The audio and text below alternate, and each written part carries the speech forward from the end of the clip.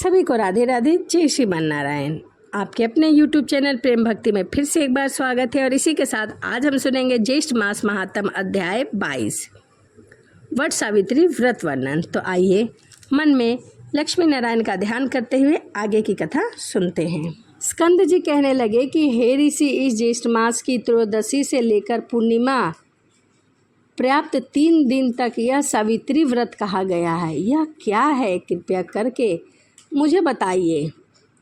इसमें स्त्रियां सौभाग्य के लिए किस प्रकार अपने पतियों के लिए व्रत रखती हैं और कैसे पारण करती हैं। ऋषि कहने लगे कि हे स्कंद जी, हे पशानन, आप इस व्रत की विधि कहिए। स्कंद जी बोले कि हे विप्री, ज्येष्ठ मास की पूर्णिमा के दिन पतिव्रता स्त्रियां अमृत समान जल से वृक्ष का सिंचन करें और सुंदर गंध अक्षत पुष्प से पूजा करें। वट वृक्ष की पूजा उस दिन की जाती है।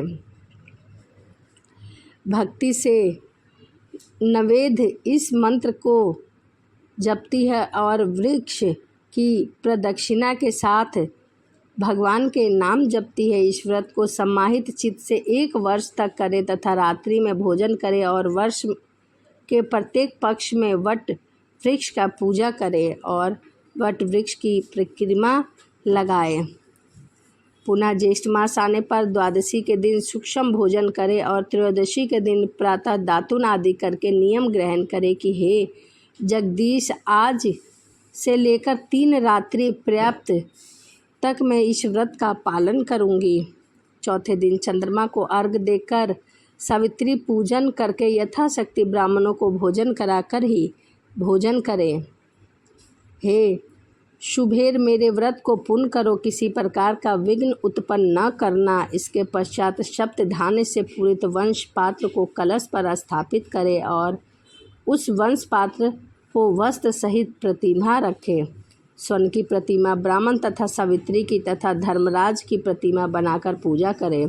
वट वृक्ष के मूल भाग पर स्थापित व्रत के घट के ऊपर प्रतिमा 3 दिन तक स्थापित करे और पूर्णिमा के दिन प्रातःकाल उठकर स्नान आदि नित्य करके सभी प्रकार का पूजा करे। सत्य सावित्री की प्रतिमा स्वर्णमयी बनाकर चांदी की शयन तथा स्थापित करे और काष्ठ की भी पूजा करे। स्त्री हो, विधवा हो, अपुत्री हो, कुमारी हो, प्रतियुक्ता हो या सुपुत्री हो, यह सभी व्रत को करना चाहिए और इस व्रत के करने से उनकी सभी मनोकामनाएं पूर्ण होती है।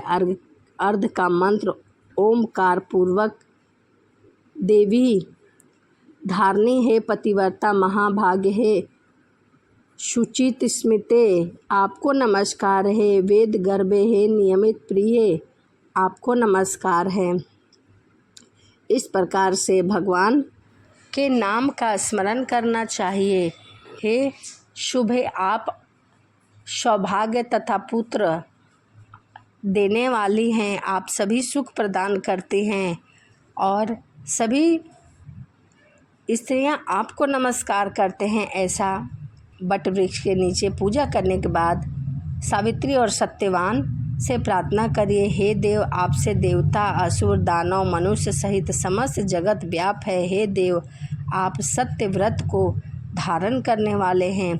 हे ब्राह्मण स्वरूप, आपको नमस्कार है। हे समस्त लोकों को कर्म साक्षी हो, शुभ तथा अशुभ कर्मों के विचार करता हो, आप इस अर्घ्य को ग्रहण करें। आपको नमस्कार है। हे धर्मराज, आपको नमस्कार है। धर्म रूप आप धर्मराज हैं, पितरों के स्वामी हैं, समस्त जीवों के साक्षी भूत हैं। आप इस अर्घ्य को ग्रहण करें और मुझे पति का सुख प्रदान करें, सौभाग्य प्रदान करें।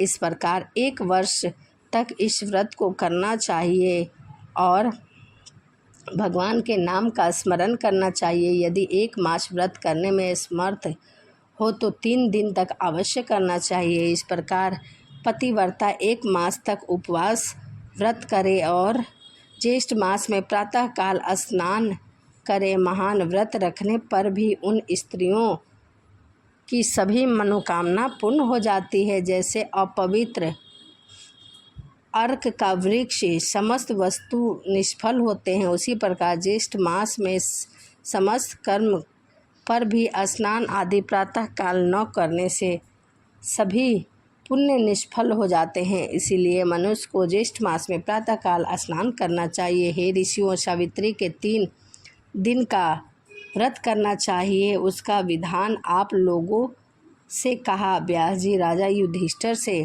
कहने लगे कि हे नराधीश, ज्येष्ठ मास की पूर्णिमा यदि ज्येष्ठ नक्षत्र से युक्त हो तो छाता जूता अवश्य दान करना चाहिए। दान करने से राजा होते हैं, इसीलिए मनुष्य को ज्येष्ठ मास में यह जरूर दान करना चाहिए। यहाँ मैंने ज्येष्ठ मास के महात्म का संक्षेप में वर्णन किया है और आप भक्ति देखकर उस से प्रसन्न होकर शेष जो कुछ भी सब कहूँगा उसे आप ध्यानपूर्वक सुनिएगा। इति श्री ज्येष्ठ मास महात्म वट सावित्री व्रत वर्णन अध्याय 22 यहीं समाप्त होता है। इसी के साथ वीडियो यहीं समाप्त करते हैं और आपसे मिलते अगली वीडियो में। सभी को राधे राधे। जय श्रीमन नारायण। हरे कृष्णा।